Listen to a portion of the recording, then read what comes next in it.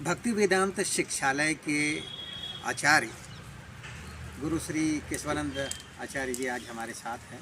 और नमस्कार। और जैसा कि हम जानते हैं, गीता पाठशाला और लाइफस्टाइल मैनेजमेंट के लिए ये संस्था बहुत ही बेहतरीन प्रयास कर रही है। तो आइए जानते हैं कि ये संस्थान क्या है और किस तरह के कार्य करती है। तो अब बताइए, हमारे जो दर्शक हैं जो इस वक्त हमें देख रहे हैं, इस बारे में। श्रील प्रभुपाद जी 1965 में भारत से अमेरिका गए। तो भारत से अमेरिका जाके उन्होंने क्या किया, अमेरिका के बिगड़े हुए युवाओं को सुधारने का प्रयास किया। और कैसे बिगड़े थे? शराब, ड्रग्स, कोकीन, हीरोइन, चरस, गांजा, LSD, इसमें जो लोग डूबे हुए थे, जो युवा डूबे हुए थे, और अवैध स्त्री संघ, HIV बहुत फैला रहा था उसकी वजह से, इसमें जो लोग डूबे हुए थे उनको उन्होंने हरिनाम दे के उठाया। और हरिनाम दे के उठा के उनका नशा छुड़वा दिया, उनकी एक पत्नी करके शादी करवा दिया, उनको सही रास्ते पे चला के गीता का पाठ पढ़ा दिया। तो वो जो उन्होंने शुरुआत में जो धमाका किया है, इस तरह का एक पॉजिटिव धमाका मैं कहूँगा, उसको हम लोगों ने एक छोटे लेवल पे करने का प्रयास किया कि युवाओं में आज जो चीज़ पहले अमेरिका में 30 साल पहले, 40 साल पहले हुई, 50 साल पहले हुई, 60 के 70 के दशक में हुई, वो आज धीरे धीरे भारत में भी आ गया है। कि आज देखिए कि शराब, नशा इत्यादि का पैमाना बहुत बढ़ गया और युवाओं के बीच में फ्री कल्चर बढ़ गया बहुत ज़्यादा। Extra marital affair, pre marital affair बढ़ गया, जिसके वजह से लक्ष्य के प्रति फोकस हट गया और हट के इधर उधर भटक गए लोग। इससे क्या हो रहा है, समाज एक दुर्गति को प्राप्त हो सकता है। प्रभुपाद जी ने हिप्पियों को हैप्पी बनाया। हिप्पियों को हैप्पी बनाया, प्रभुपाद ने हिप्पियों को हैप्पी बनाया। एक बार प्रभुपाद जी से सवाल किया गया कि हिप्पी क्या होते हैं, तो प्रभुपाद ने बोला आप ज़्यादा जानते हो मेरे से, तो उन्होंने फिर भी बताइए कि कौन होते हैं, तो बोले कि वो कुछ अद्भुत लोग होते हैं। तो इसलिए हम देखते हैं कि आज वो कल्चर इंडिया में धीरे धीरे आ चुका है। और अगर भारत का यूथ, अगर भारत के युवा बचेंगे तो ही भारत बचेगा। 60 के दशक में जो अमेरिका में था वो आज भारत में आ चुका है। पंजाब, हरियाणा अगर आप देखेंगे कि बहुत ज़्यादा चपेट में है। बिल्कुल बिल्कुल। दिल्ली भी चपेट में है।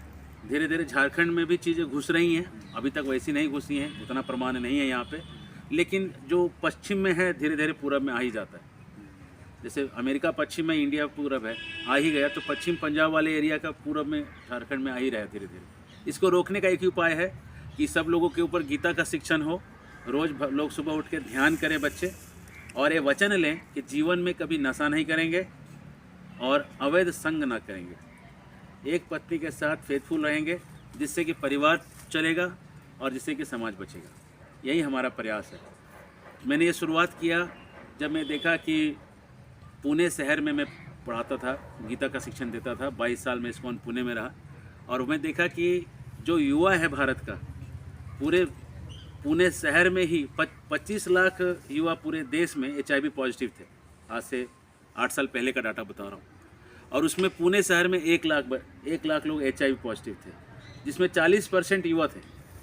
मतलब समझिए कि करीब 35-40 हज़ार लड़के लड़कियां जो 14 साल, 15 साल, 16 साल इस रेंज में हैं, उनको HIV हो गया। तो ये बहुत दुख की बात, ये रोने की बात है कि समाज ऐसा बन चुका है कि हमको मदद नहीं कर पा रहे हैं। और वो लोग दवा लेने के लिए सरकार के फ्री एंटी रेट्रोवायरल मेडिसिन के लिए लाइन लगा के खड़े हैं। सरकार तो फ्री मेडिसिन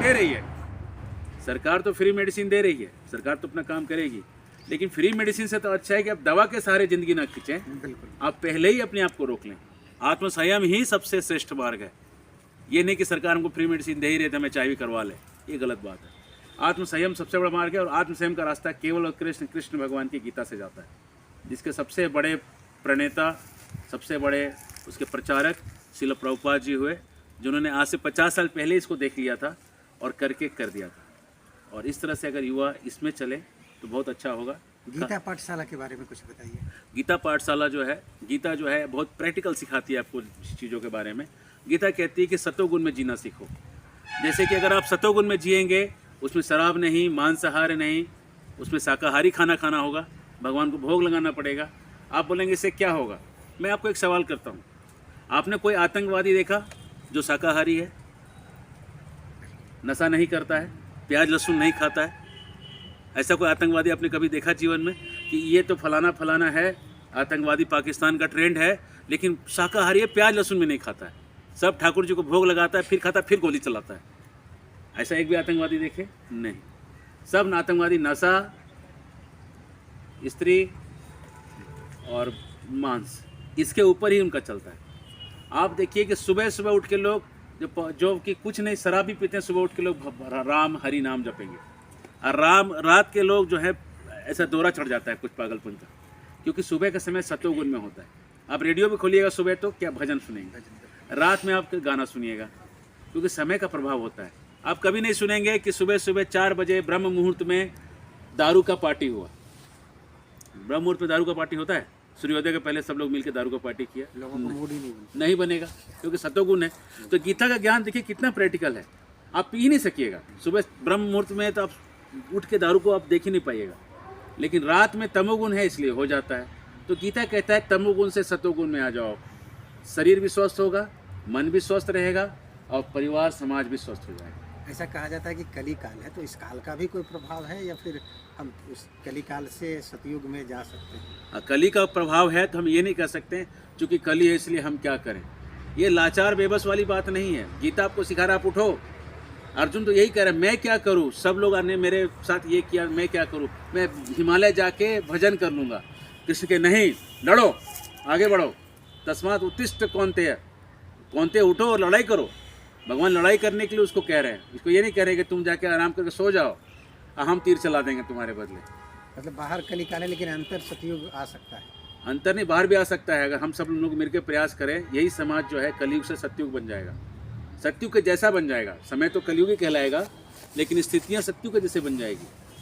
जैसे कि अगर आप ज़मीन से जीना सीखें, प्रभुपाद जी कहते हैं, अगर हम ज़मीन से उगा के खाना सीख लें और सारी दवाइयाँ, जड़ी बूटियाँ, फूल फल पत्तियाँ सब उगा लें, तो इसी से ज़मीन से ही आप सारा इलाज भी कर सकते हैं। प्रभुपाद ने पश्चिम में जाकर भारतीयता का प्रचार किया, के सिद्धांतों को लोगों को बताए वहाँ जाकर। लेकिन वो भारत भी आए। लेकिन हाँ, भारत वापस आए। हाँ। लेकिन भारत उन्हीं चीज़ों में कैसे पिछड़ गया? वो कैसा कहाँ रहता है? कमी रह गई हम लोगों की? एक हिंदी में कहावत है, घर का जोगी जोगड़ा और आन गांव का सिद्ध। जब शुरुआत होती दिया चिराग तले अंधेरा, तो वैसे ही यही कहावत लागू होती है। भारत का मतलब होता है भ मतलब प्रकाश, जहाँ के लोग प्रकाश में रत हैं, भारत। तो प्रकाश में जो लोग रत हैं भारत।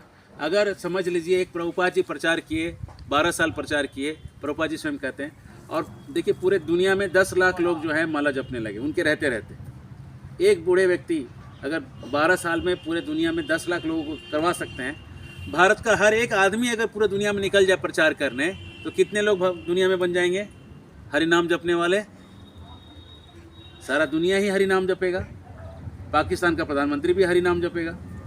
तो आप लोग जो प्रभुपाद कहते हैं, जो छोटा पाकिस्तान के लिए रो रहे हैं, सब लोग निकल जाइए, दुनिया ही हिंदुस्तान बन जाएगा।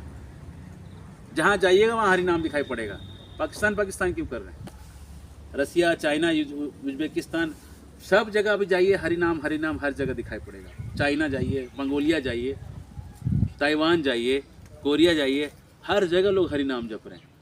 और प्रभुपाद जी का प्रेडिक्शन है कि आने वाले कल में चाइना में हरि नाम सबसे ज़्यादा फैल जाएगा। और उन्होंने जो प्रेडिक्शन दिया है, तो हमारा विश्वास है कि चाइना कल होके हरि नाम लेने में नंबर 1 जरूर होगा। लाइफ स्टाइल मैनेजमेंट के बारे में भी बात हुई थी, इस बारे में भी कुछ? लाइफ स्टाइल ऐसा है, गीता सिखाता है, या निशा सर्वभूतानि तस्याम जागृते संयमी। जो रात होता है सोने के लिए, वहाँ सोना चाहिए। लेकिन रात को बच्चे जग जाते हैं 9 से लेके 1 बजे तक, जो कि एकदम गलत है। रात के 9 से 12 की जो नींद होती है, 1 घंटे की नींद 2 घंटे के बराबर होती है, ध्यान दीजिएगा। और 9 से 12, 12 से 3 की जो नींद होती है, 1 घंटे की नींद 1 घंटे के बराबर होती है। और 3 से 6 की जो नींद होती है, 1 घंटे की नींद आधे घंटे के बराबर होती है। तो जितना आप जल्दी सोएंगे उतना शरीर ज़्यादा आराम मिलेगा शरीर को, और जितना ज़्यादा आराम मिलेगा बुद्धि उतना तेज चलेगा। तो लाइफ स्टाइल मैनेजमेंट का मतलब, हमने एक बुक लिखा है 12 सूत्राज ऑन लीडरशिप, अमेजॉन पे अवेलेबल है। डॉक्टर केशव आनंद दास, MBBS, BJ medical college Pune. मैं फिर से बोलूँगा, 12 सूत्राज ऑन लीडरशिप। इस बुक को आप पढ़िए। इसमें हमने 12 टॉपिक दिए हैं, बहुत कंसाइज लिखा है। मार्केट में 300-400 किताबों को मैंने सार के निकाला है, और लोगों को कम से कम समय में कुछ प्रैक्टिकल चीज़ मिल जाए, और मैंने उस बुक में समय वेस्ट किया है। आप उसमें दिखा सकते हैं, उनको युवाओं को दिखा सकते हैं, जिससे कि लोगों को ऐसा एक लाइफस्टाइल मिले जिसमें कि वो पॉजिटिविटी उनके अंदर आ जाए और नेगेटिविटी निकल जाए। नकारात्मकता से बाहर निकलने नकारात्मक से बाहर निकलें, और नकारात्मक से बाहर आपको खुद निकलना है। जैसे आप बोलिएगा कि समाज ने मेरे साथ ये किया, आप हेल्पलेस हो जाते हैं। आप सोचिए कि आपने क्या किया, समाज के लिए हमने क्या किया। आप ये मत कहिए कि पापा ने मेरे लिए कुछ नहीं किया, मम्मी ने मेरे लिए कुछ नहीं किया, घर वालों ने मेरे लिए कुछ नहीं किया, समाज ने मेरे लिए क्या किया। ये गलत है, ये नकारात्मकता है। आप सोचिए कि मैंने उनके लिए क्या किया। कुछ ऐसी पुस्तकों का भी नाम बताएं जो प्रभुपाद जी का। प्रभुपाद जी ने सबसे जो कीमती पुस्तक लिखा वो श्रीमद् भगवत गीता यथारूप है, जिसमें 700 श्लोक हैं। हर श्लोक का उन्होंने शब्द अनुवाद किया, तात्पर्य लिखा। इसको अगर आप पढ़ लें, खास करके मैं बोलूँगा पहले 6 अध्याय जो हैं वो मन को कंट्रोल करने के लिए, और आखिरी के जो 6 अध्याय हैं वो दुनिया को समझने के लिए है, और बीच के जो 6 अध्याय हैं भक्ति करने के लिए। तो गीता में आपको हर तरीके की चीज़ मिल जाएगी। आपको भक्ति करना है तो बीच के 6 अध्याय पे फोकस करिए। दुनिया को समझना है कि कौन असुर है, कौन सुर है, कौन मेरे को फंसा रहा है, कौन मेरे को नहीं फंसा रहा है, ये समझना है। आखिरी के 6 अध्याय पढ़िए, आपको दुनिया का पूरा क्लियर हो जाएगा कि अगर आदमी ये खाना खा रहा है तो मुझे ज़रूर फंसाएगा। इतना तक क्लियर है। चलते चलते कोई संदेश देना चाहें?